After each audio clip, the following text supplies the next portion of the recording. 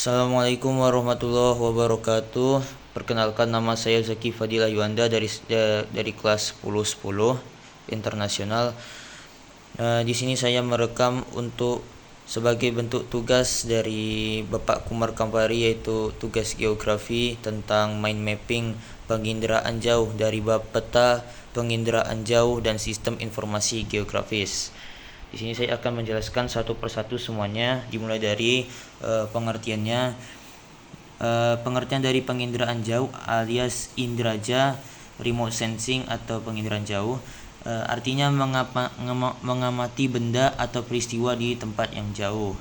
Selanjutnya, komponen penginderaan jauh ada dari sumber tenaga. Sumber tenaga berfungsi agar sensor dapat merekam objek dari cahaya yang dapat dipantulkan oleh objek. Sumber utama dari sumber tenaga itu adalah sinar matahari. Selain matahari juga bisa menggunakan tenaga buatan.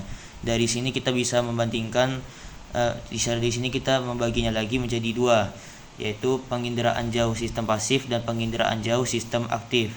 Sistem pasif ini dia menggunakan matahari dan sistem aktif dia menggunakan tenaga buatan atau pancaran cahaya. Lanjut ke yang B, atmosfer. Atmosfer mempunyai peran menghambat atau mengganggu tenaga sinar matahari yang datang melalui serapan, pantulan, dan hamburan. Lanjut lagi ke C, yaitu objek. Ciri dari objek ada 3, yakni ciri spektral, yaitu berdasarkan pada perbedaan panjang gelombangnya. Ada ciri spasial, yaitu berdasarkan pada perbedaan pola keruangan seperti bentuk, ukuran, tinggi, dan tekstur. Lalu ketiga, ciri temporal, yaitu berdasarkan pada perbedaan waktu, perekaman, dan umur objek. Lanjut ke D, sensor. Sensor adalah benda yang digunakan untuk melacak, mendeteksi, dan merekam objek-objek di alam dalam jangkauan tertentu. Sensor ini dibagi lagi menjadi sensor fotografik, yaitu sensor berupa kamera. Lalu ada sensor elektronik yang menggunakan tenaga elektrik dalam bentuk sinyal elektrik. Kita lanjut lagi ke E, wahana. Wahana dibagi menjadi 3, yaitu pesawat terbang rendah sampai menengah yang ketinggiannya 1000 sampai 9000 meter di atas permukaan bumi.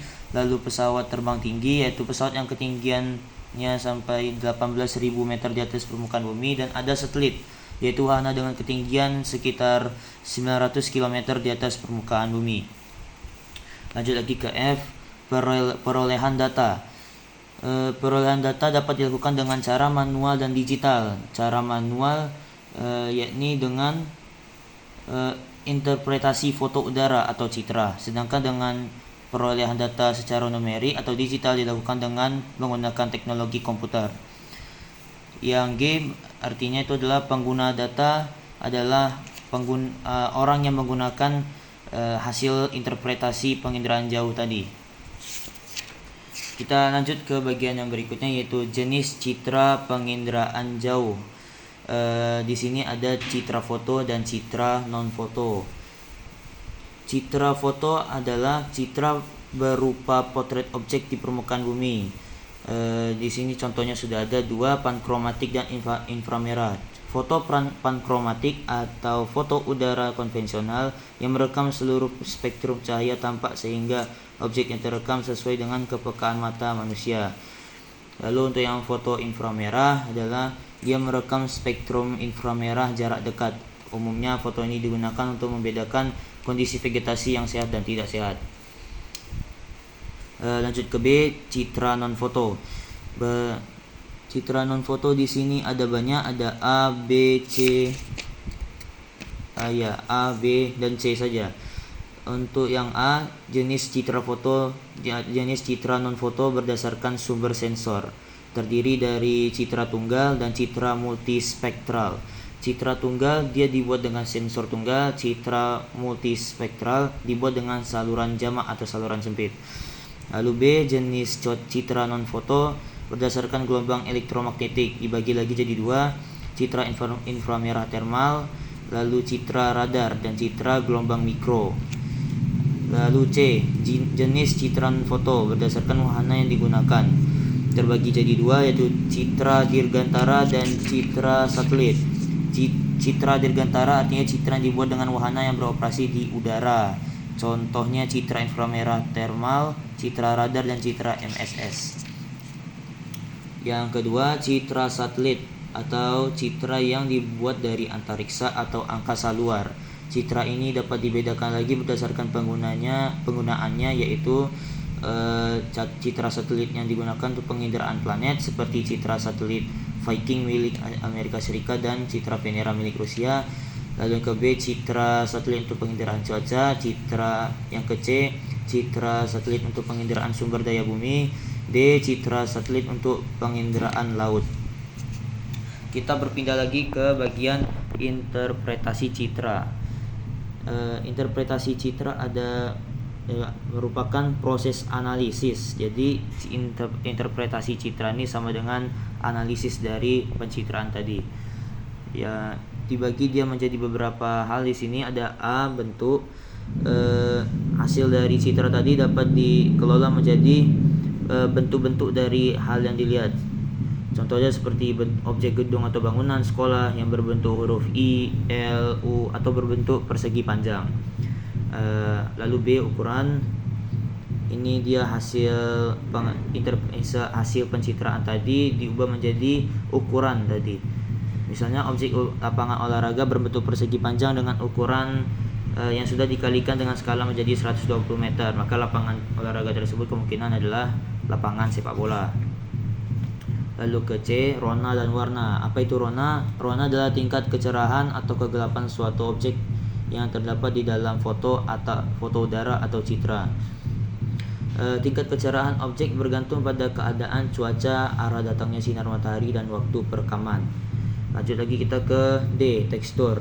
Tekstur adalah frekuensi perubahan rona. Tekstur objek di dalam citra dibedakan menjadi kasar, halus, dan sedang.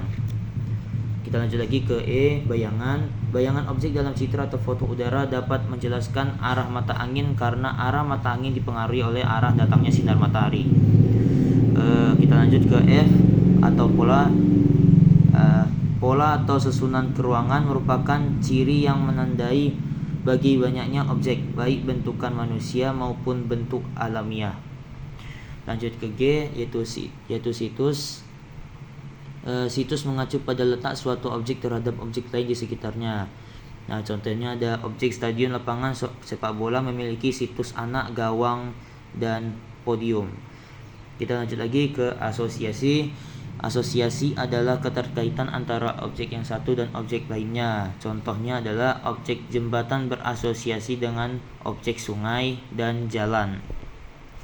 Baik, kita pindah ke langkah-langkah untuk membuat interpretasi citra penginderaan jauh. Yang pertama ada deteksi sebagai kegiatan awal dari pengamatan objek interpretasi citra yang hendak dilakukan. Lalu B, identifikasi, yakni menggali objek yang diamati melalui pengambilan gambar citra. Yang ke C, analisis, yakni menggabungkan serangkaian tahapan deteksi dan identifikasi. Yang terakhir, deduksi, untuk menarik kesimpulan. Kita pindah lagi ke bagian terakhir, yaitu manfaat penginderaan jauh. Yang pertama untuk bidang kelautan, untuk mengamati sifat fisik air dan segala fenomena laut. Di bidang klimatologi, untuk mengamati fenomena iklim dan cuaca. Lalu yang terakhir bidang sumber daya alam dan lingkungan, untuk pemetaan, deteksi lahan kritis, perencanaan pembangunan wilayah, dan analisis sumber daya alam. Baik, itulah semua penjelasan dari mind mapping yang saya buat. Kurang lebih mohon maaf. Terima kasih telah menonton. Assalamualaikum warahmatullahi wabarakatuh.